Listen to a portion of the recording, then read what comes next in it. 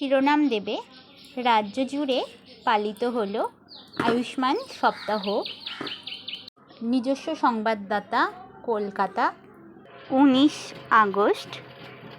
স্বাস্থ্য সচেতনতা বৃদ্ধি এবং সাধারণ মানুষের কাছে উন্নত স্বাস্থ্য পরিষেবা পৌঁছে দেওয়ার লক্ষ্যে 8ই আগস্ট থেকে 14ই আগস্ট পর্যন্ত পশ্চিমবঙ্গ জুড়ে পালিত হচ্ছে আয়ুষ্মান সপ্তাহ। রাজ্যের বিভিন্ন সরকারি হাসপাতাল ও স্বাস্থ্যকেন্দ্রে সপ্তাহব্যাপী নানা কর্মসূচির আয়োজন করা হয়েছে।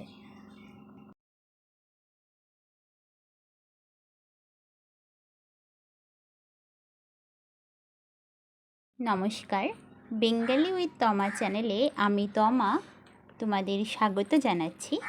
আজকের ভিডিওতে আমরা আয়ুষ্মান সপ্তাহ বা আয়ুষ্মান দিবসের ওপরে একটি প্রতিবেদন করব। এই ধরনের আরও প্রতিবেদনের প্লেলিস্ট আমি এই ভিডিও শেষে এন্ড স্ক্রিনে দিয়ে রেখেছি, তোমরা চাইলে দেখে নিতে পারো। প্যারা চেঞ্জ করে লিখবে এই কর্মসূচির অন্যতম প্রধান উদ্যোগ আয়ুষ্মান আরোগ্য শিবির। এখানে সাধারণ মানুষের বিনামূল্যে স্বাস্থ্য পরীক্ষা এবং বিশেষজ্ঞ চিকিৎসকের পরামর্শ দেওয়া হচ্ছে। 12ই আগস্ট পালিত হয় বয়োবন্দনা দিবস, যেখানে প্রবীণ নাগরিকদের জন্য বিশেষ স্বাস্থ্য পরিষেবার ব্যবস্থা করা হয়। এছাড়াও মাতৃবন্দনা দিবস, আয়ুষ দিবস, টিভি মুক্ত ভারত দিবস এবং যুব ও শিশু স্বাস্থ্য দিবস পালনের মাধ্যমে বিভিন্ন বয়সের মানুষের স্বাস্থ্য সম্পর্কে সচেতনতা বাড়ানোর উদ্যোগ নেওয়া হয়েছে।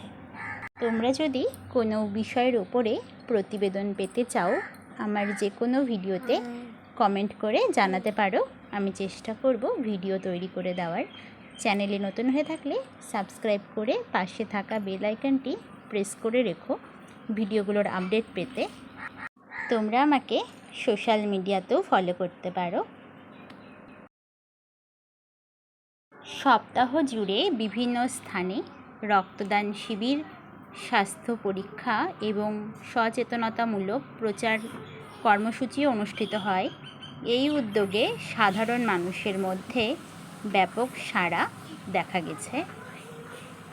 এদিকে 16ই আগস্ট রাজ্যে আয়ুষ্মান দিবস পালিত হয়েছিল।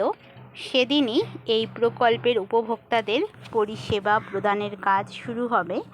রাজ্য সরকারের তরফে একটি অনুষ্ঠানের মাধ্যমে এই পরিষেবা প্রদান করা হবে।